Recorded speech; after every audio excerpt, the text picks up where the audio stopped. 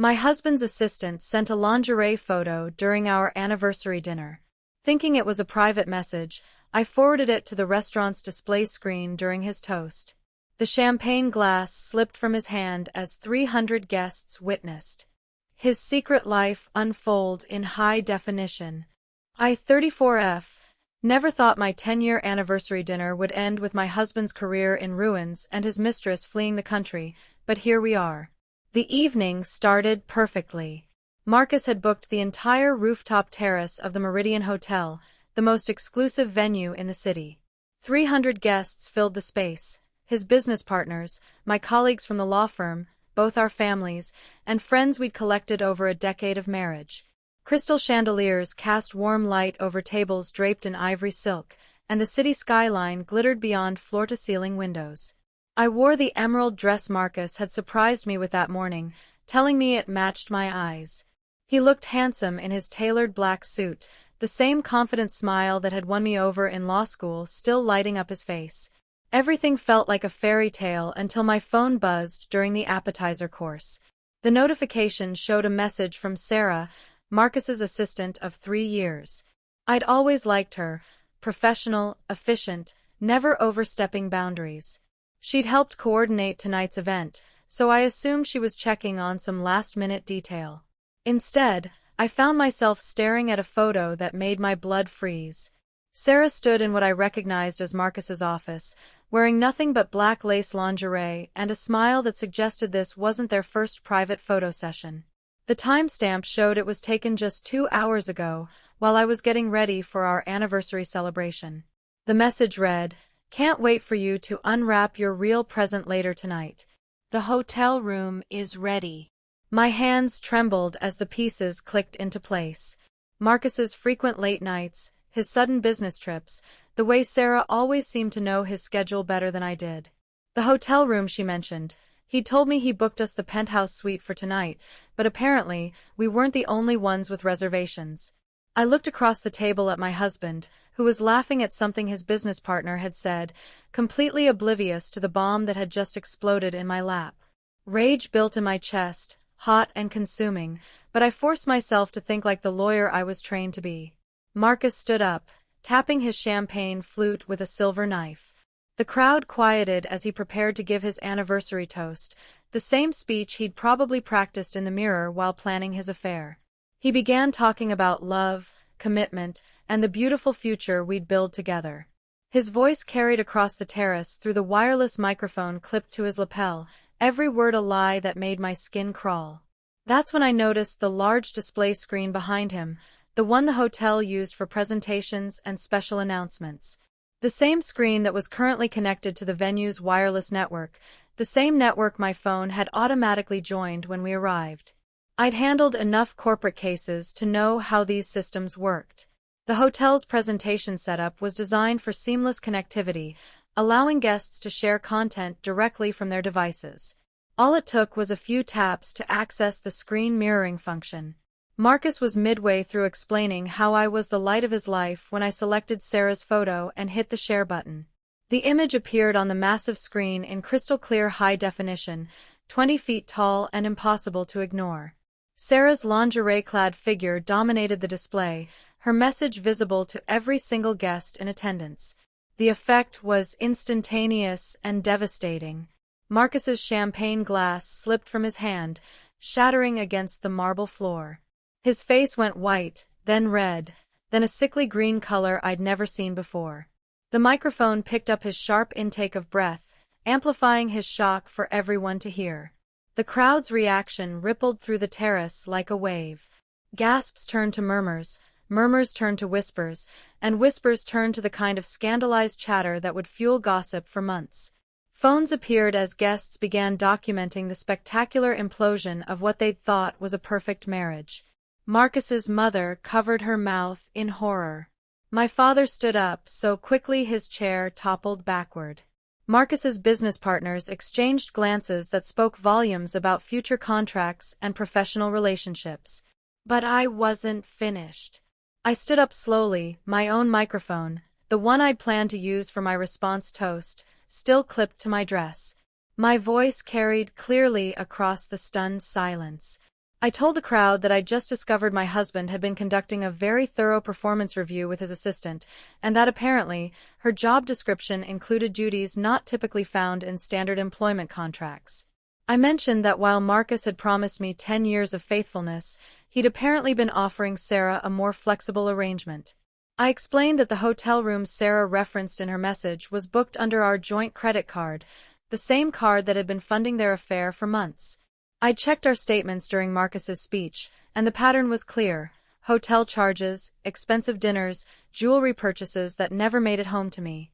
Marcus tried to speak, but no words came out. He looked like a man drowning in his own lies, gasping for air that wouldn't come. I continued, addressing the crowd with the same calm professionalism I used in court. I thanked them for coming to celebrate what I now realized was not just our anniversary, but also the end of our marriage. I mentioned that the divorce papers would be filed Monday morning, and that Marcus's assets, including his stake in the consulting firm, would be subject to division under our state's adultery laws. The business partners' faces grew increasingly grim. Marcus's consulting firm had a morality clause in their partnership agreement, something I'd helped draft years ago when they were worried about protecting their reputation. Adultery with an employee created liability issues that could void his partnership and cost him millions. I saved the best for last. I announced that Sarah had apparently submitted her resignation effective immediately. I'd received her panicked text message moments earlier, explaining that she was taking an extended vacation to visit family in another country. Indefinitely. The crowd began to disperse, some guests offering me sympathetic looks, others hurrying away to avoid the awkwardness. Marcus's family surrounded him, his mother crying, his father's face dark with disappointment. My own family rallied around me, my sister taking my arm and guiding me toward the exit. As we left, I heard Marcus finally find his voice, calling my name, trying to explain. But his words were lost in the chaos of 300 people witnessing the spectacular end of what everyone had thought was a perfect marriage. Update 1. The fallout was swift and merciless. By Monday morning, the video of Marcus's public humiliation had gone viral on social media. Someone had live-streamed the entire event, and it spread across platforms faster than Marcus's PR team could contain it. The consulting firm's emergency board meeting lasted 6 hours. They terminated Marcus's partnership, citing the morality clause and the potential damage to their corporate reputation. His clients began jumping ship, unwilling to associate with the scandal. The firm's biggest contract, a government consulting deal worth $50 million, was pulled when the client decided Marcus's involvement created too much negative publicity. Sarah had indeed fled the country. Her social media accounts went dark, and her apartment was cleared out by Tuesday. Marcus hired a private investigator to find her, but she'd covered her tracks well. Rumor had it she'd taken a position with a consulting firm in Dubai, far from the wreckage she'd helped create. The divorce proceedings moved quickly. Marcus's assets were frozen pending the settlement, and his lawyer advised him to cooperate fully to avoid criminal charges related to misappropriation of company funds. The hotel charges, dinners, and gifts he'd purchased for Sarah using company credit cards constituted embezzlement. I kept working, my law firm partners supportive of my situation. The publicity actually brought in new clients. Apparently, my handling of the anniversary disaster had impressed people with my composure under pressure. Marcus moved in with his brother, his penthouse apartment sold to cover legal fees. He started therapy, sent flowers, wrote letters begging for forgiveness. I returned everything unopened. Update 2. 3 months later, the divorce was finalized. I received 60% of our assets, including the house, both cars, and a significant portion of his retirement accounts. The adultery clause in our prenup had been ironclad, something Marcus had insisted on years ago to protect himself, never imagining it would be used against him. Marcus's consulting career never recovered. The industry is smaller than people realize, and his reputation preceded him everywhere he applied. He eventually took a position with a small firm in another state, making a fraction of his previous salary. The anniversary video became a cautionary tale shared in business schools and corporate training seminars about the dangers of workplace affairs and social media. Marcus became the poster child for how quickly a successful career could implode. I received messages from other women who discovered similar betrayals, thanking me for showing them that public humiliation could be a powerful tool for justice. Some called me vindictive, but most understood that Marcus had humiliated me first. I'd simply returned the favor with interest. Update 3. A year later, I'm thriving. The house feels lighter without Marcus's presence, and I've rediscovered interests I'd abandoned during our marriage. I started dating again, taking things slowly with a fellow attorney who appreciates both my intelligence and my capacity for strategic thinking. Marcus attempted to contact me on what would have been our 11th anniversary. He'd written a long email about forgiveness, second chances, and how he'd learned from his mistakes. I deleted it without reading past the first paragraph. Sarah never returned to the country. Through mutual connections, I learned she'd married a wealthy businessman in Dubai and had no plans to come back. Marcus's private investigator had found her but couldn't serve the civil papers I'd filed against her for alienation of affection. The consulting firm Marcus had co-founded thrived without him.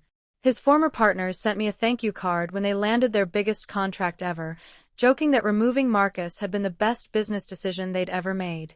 I kept the emerald dress from that night, hanging it in my closet as a reminder of my own strength.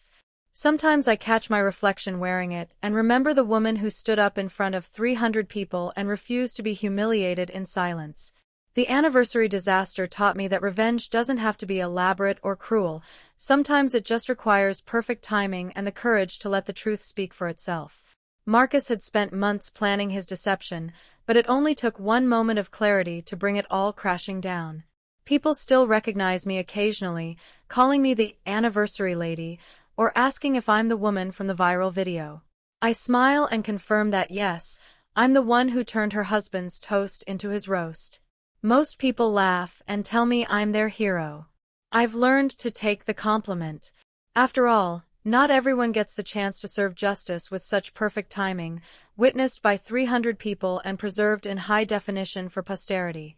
Marcus wanted a memorable anniversary celebration, and I made sure he got exactly that, just not the kind he was expecting.